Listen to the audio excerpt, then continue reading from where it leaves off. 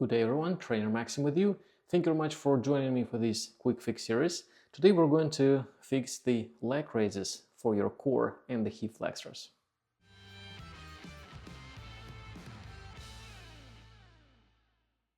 As always, everyone, I thank you for your support, your suggestions, your comments. Greatly appreciated. Support angels, super thanks. Thank you everyone. Thank you. Here's my makeshift station for the leg raises.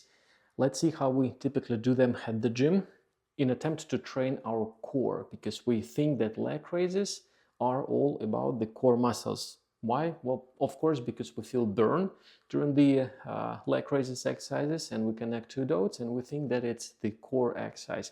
It's actually not so much of the core, you will see later. So let's go up and I will be imitating the leg raises.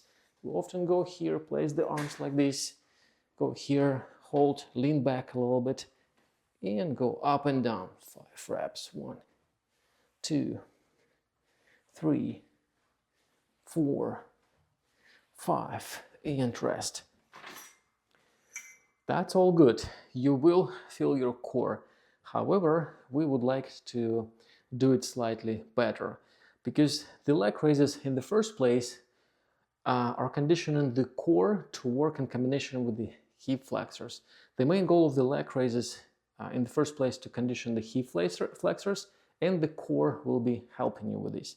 So let's look at disadvantage of this guy. So you notice when I was on the bars, my shoulders were completely collapsed. I was completely crunched, leaning back. So my core was not really stretched entirely. It's only the front core was engaged. Therefore, I was lifting the legs without any activity of the hip flexors. My legs went up just because the front core pulled on the pelvis, got the spine into the crunch, and my legs, by virtue of being attached to the spine, went up. Yes, it's the core, but we can do it much more efficiently. So in the first place, let's fix the spine. Whenever you do this exercise on the bar, I want you to keep the spine tall. Upper spine up, lower spine down.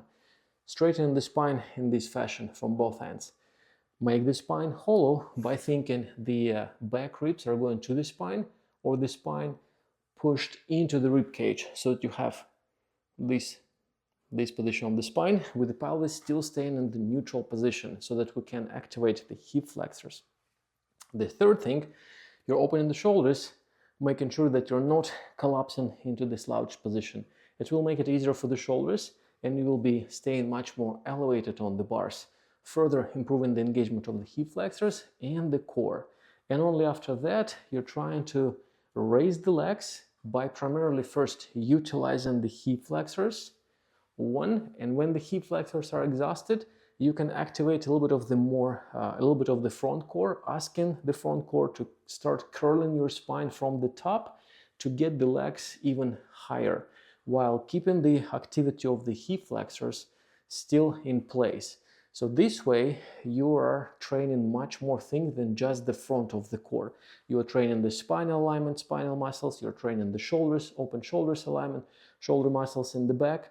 You are training the entire core, encompassing the torso here, because you keep the core stretched, not only the front core, but also these guys. You're training the hip flexors, and most importantly, you are training the body how to coordinate all those engagement in one movement.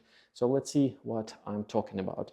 Let's go up, and we will go from this position into nice position with the spine, shoulders open, spine hollow, thighs rotated in to further engage more hip flexors. You're staying here. Now you're starting the movement with the hip flexors, legs into the sockets, into the hips, up. 1, and after you can ask the core for more engagement. 2, and go down. Hip flexors, core. 1, hip flexors, core. 2, 3, 4, 5, and rest. Now you can see during the execution of this option, I stayed tall. I did not collapse down. My shoulders were nicely open. My back muscles were supporting me. I felt that my rib cage was open. and I felt much more engagement of the hip flexors, conditioning my lower back at the same time, because the lower back muscles are the hip flexors.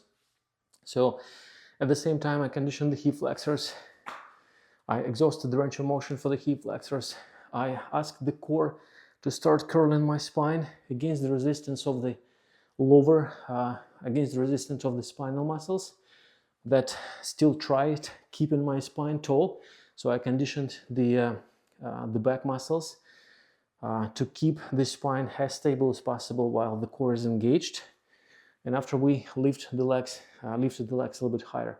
All this will give you much better coordination of the body, will be much more beneficial for any other skills you're working towards, whether it's press to handstand or etc. We essentially don't want just to condition the front of the core.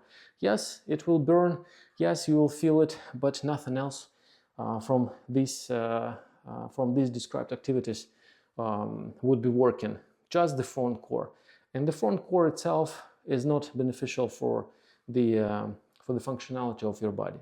So we would like to condition the front core all together with the core and other muscles. Try this, let me know how it works for you, what you think about this, and please comment. I'm really curious. Thank you very much, guys, for your attention. Thank you. I'll see you in my next video. Train Maxim with you. Go enjoy your day. Bye bye.